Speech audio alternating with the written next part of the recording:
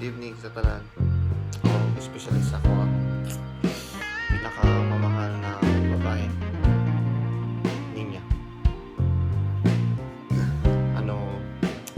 Sorry kayo kay tagdo. Kay sekreto na mo ni na i-surprise ka about sa nganing party. But yeah, I think because mga niagit pa, I have na may idea naman ko na kabalo na kang naga-prepare me of something para sa inyo. But no, todo tinayod ko. So napunta sa point nga giyaway ko mo kay para lagi sultin ako na sa budget ang inyo ang among ginastoryahan kay ginadilit man ako ang message na yun para wala ebidensya, you know. Yeah, first time na ako mag-photo video. Ma-enjoy mo yung party na to para sa ito.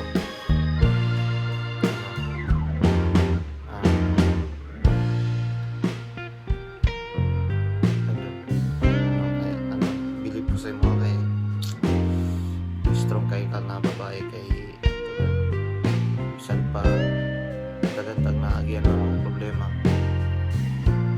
lagi pong kasakwa o wala never na less imong love sa akwa.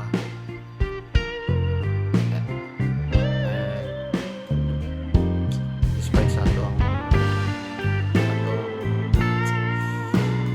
distance kay tanduan pilga po na mo na nakasakot tapad always your love na hinatag mo mapakita o ginaramdam mo sa akin. Wala ko ba doon sa una siya pa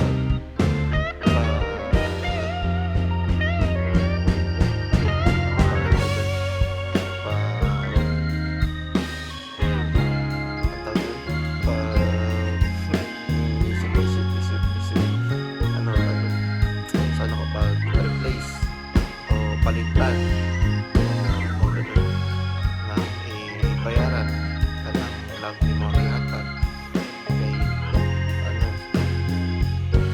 ko balong saon sa manang masakit wala og sa mama ni mo kay tigaga papa ni mo kay Jimmy kuya salamat kayo kay og ate kay tigaga kay nag-trust pod mo sa kuha na doon na wala mi ninyo gibawalan ni ninya. Salamat kayo. Sige lang nin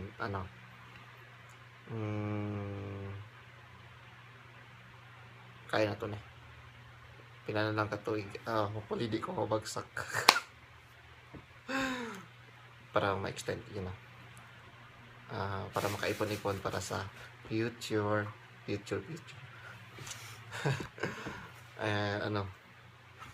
Tandon.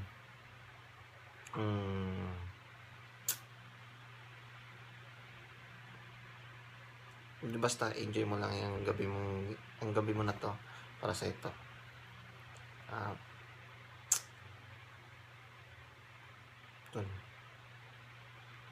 Huwag mo na ako awayin.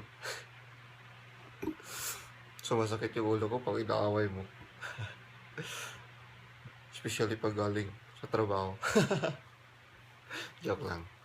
Okay lang yun. Kasi wala ka namang, alam ko naman na pag yun ang way of paglalambing mo. So alam ko yun. Ganun mo pinaparamdam. And ano ba?